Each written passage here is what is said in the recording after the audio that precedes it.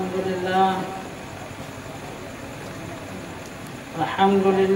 नहमदुहु व नस्तईनुहु व नस्तगफिरुहु व नु'मिनु बिही व नतवक्कलु अलैहि व नऊज़ु बिल्लाहि मिन शुरूरि अनफुसिना व मिन सय्यिआति अअमालिना मन यहदिहिल्लाहु फला मुदिल्ल लहु वमन युद्लिल्हु फला हादिय लहु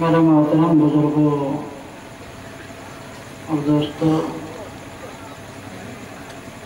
आप लोगों को तो 12 बज ही रहा है, मेरा भी 12 बज गया।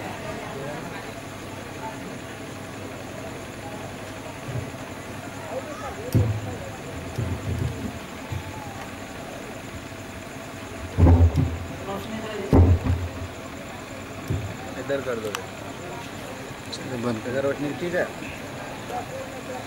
रोशनी ठीक चल रहा वो हेलोजन जलवा देना यार उसको जलवा। आप लोगों ने इससे पहले मेरे मतलब अनाउंसर से उल्टी सीधी खिताबात और क्या क्या सुने। ये तो कभी कभी अनाउंसर को खूब करते हैं, लेकिन जिसकी तारीफ की जाती है उसकी परेशानी बढ़ जाती है। पहले ये आप जो हजरात जो खड़े हैं, असल बात ये है कि हमारे बड़े बड़े उलमा कराम आए, मुफ्ती सुफियान साहब आए और मौलाना यासीन साहब आए और समझाए। देखिए मेरे दोस्तों, बाज लोगों की आदत होती है। आप लोगों ने हज्जाज इब्न यूसुफ का नाम सुना होगा। बड़े जालिम बादशाह गुजरे हैं। मुसलमान बादशाहों में से उससे बढ़कर जालिम बादशाह कोई नहीं गुजरे, लेकिन गजब के हाफिज थे। वो पहले बादशाह बनने से पहले, गवर्नर बनने से पहले एक मकतब के उस्ताद थे।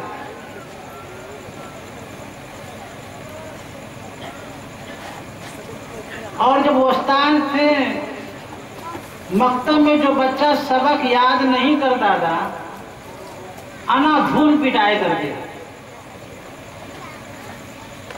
बेतहाशा पिटाई करते थे। मकतब की कमेटी वालों ने देखा कि ये तो बड़े हाफिज, बड़े जबरदस्त पिटाई करते हैं,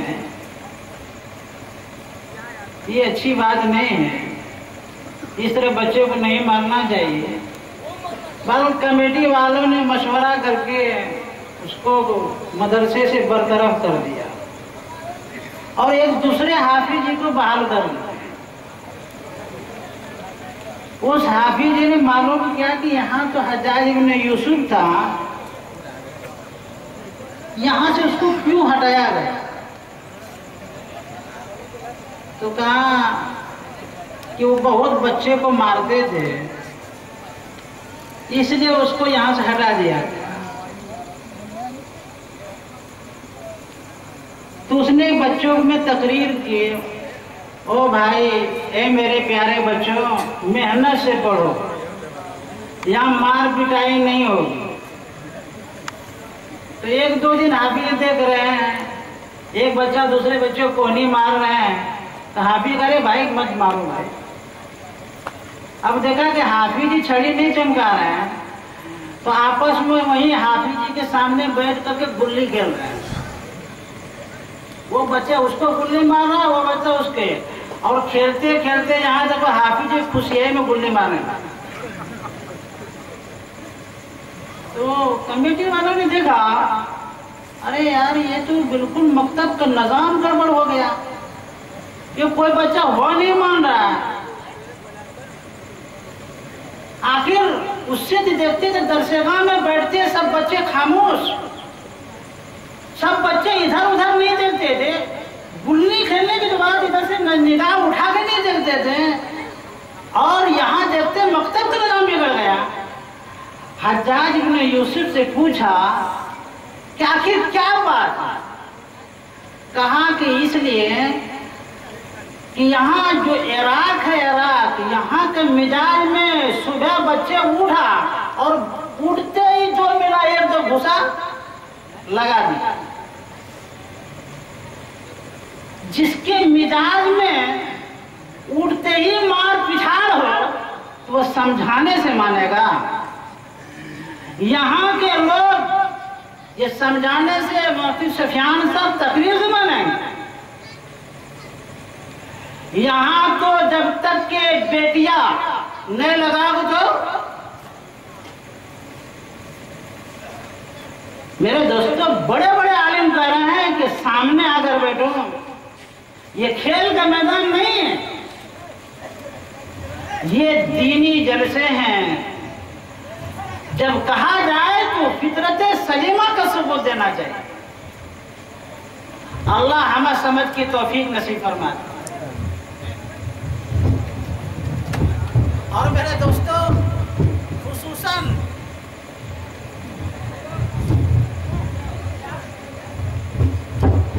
जो बकरीद का गोश्त खाया हो और खाते डिग्गा पर चोट दे दिया हो, धमाधम दे रहा हो, जिसकी मां बहन झरनी खेल रही हो, आप बता सकते हैं। यहाँ सारे उलमाए कराम मौजूद हैं, ये सामने वाले हमारे चाचा बहन है, अगर यहाँ आकर कि इनकी मोहतरमा सूरह यासीन पढ़ने लगे, मौला यासीन साहब मुफ्ती सुफियान से आवाज है कि यहाँ स्टेज पे आओ और सूरह यासीन पढ़ो। हमारे जितने मुफ्तियाने कराम है यहाँ से, आप कहीं की दुनिया के मुफ्तियाने कराम से पूछ लीजिए, सब कहे हराम हराम हराम। कुरान पढ़ना हराम, दीनी जलसे में भी कुरान पढ़ना हराम, बल्कि दीनी जलसे में शरीक होना भी उनके नाजायज। जब कुरान पढ़ना नाजायज तो क्या मेरे दोस्तों, घर से बाहर निकल करके झरनी खेलना, उल्टी सीधी मरसिया पढ़ना जायज हो जाएगा? किनके? ये जिनके सरों पे टोपियां हैं, इन्हीं की बहुत बेटियां निकलती है और हराम दर हराम की काम करती है, और हमें इसका एहसास भी नहीं। ये कितनी बेगैरती की बात है। और क्यों ना हो, दीनी हमीयत हमारे अंदर क्यों नहीं? चुके हम खुद मुलव्वस। वला तनाबज़ु बिल अल्क़ाब। मैं सिर्फ इशारा कर रहा हूं मेरे दोस्तों। कितना भाई?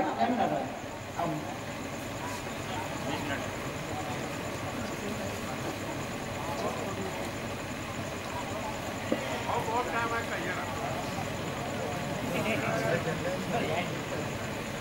मेरे दोस्तों, दीन इस्लाम को नुकसान अपनों से पहुंचा है। आप बता सकते हैं कि नबी करीम सल्लल्लाहु अलैहि वसल्लम के पूरे उम्मत पर कितने एहसानात हैं, लेकिन आप बता सकते हैं कि हजरत हुसैन को कत्ल करने वाले क्या दूसरे ही अपने?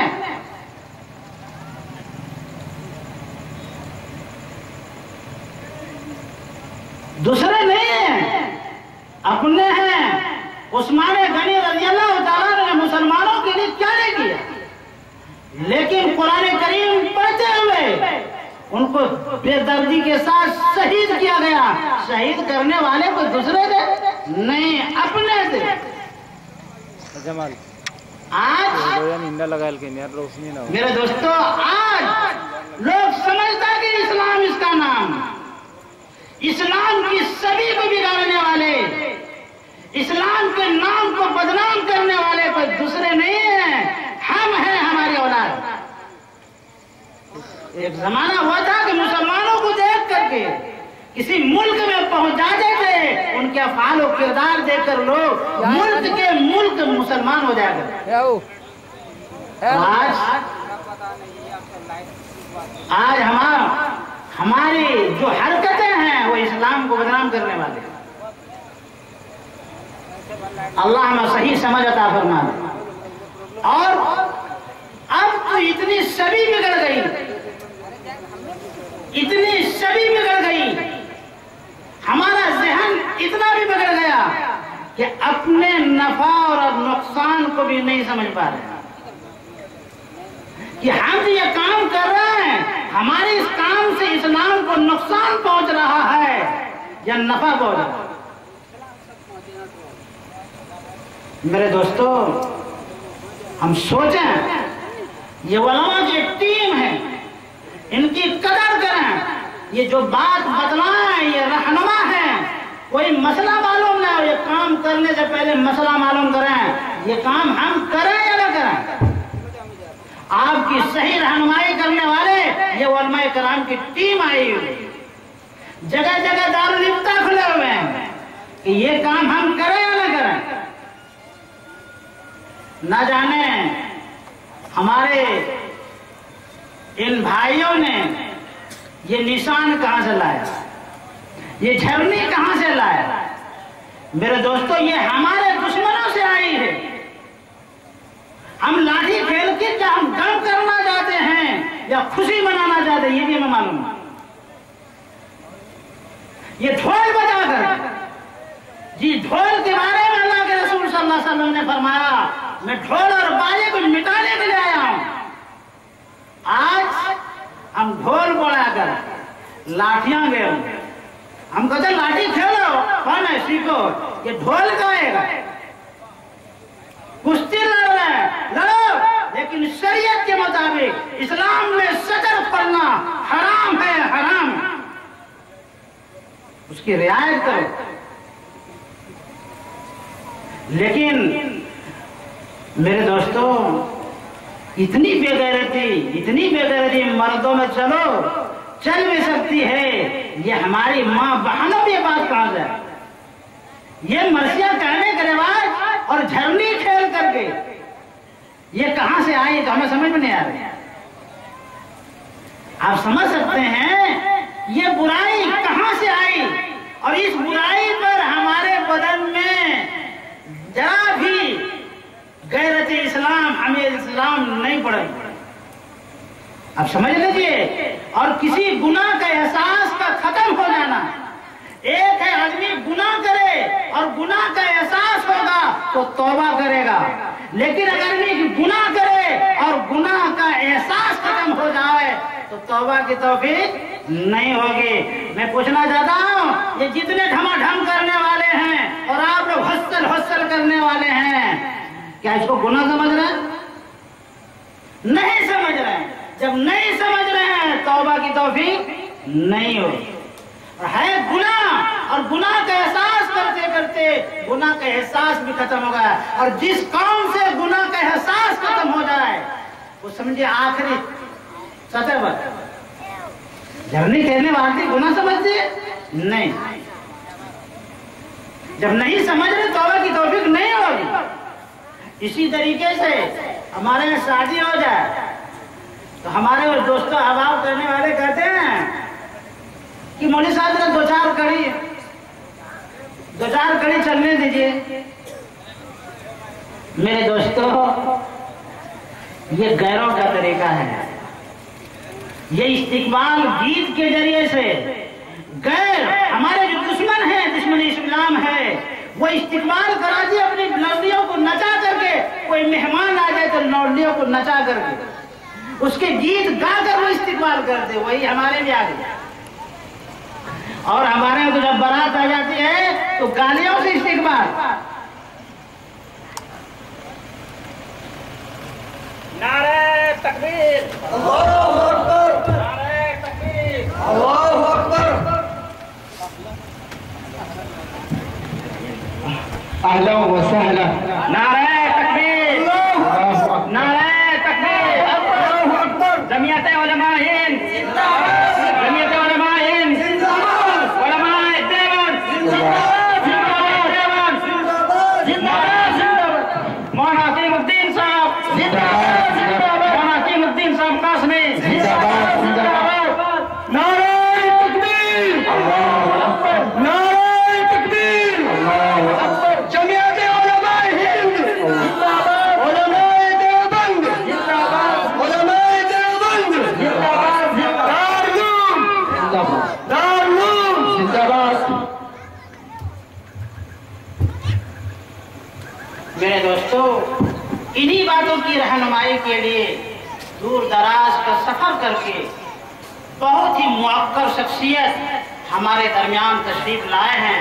हम उनकी बातों को गौर से सुने और अपनी जिंदगी के लिए मसले राह बने और उन बातों पर कमा हक चलने का अहद करके बैठे हैं कि हमारे जो आलिम आए हुए हैं वो जो बात बताएंगे इंशाअल्लाह हम 100% अमल करके दिखाएंगे। इंशाअल्लाह करेंगे। अल्लाह में तौफीक नसीब फरमाए। वाक़िरु दावाना अल्हम्दुलिल्लाहि रब्बिल आलमीन।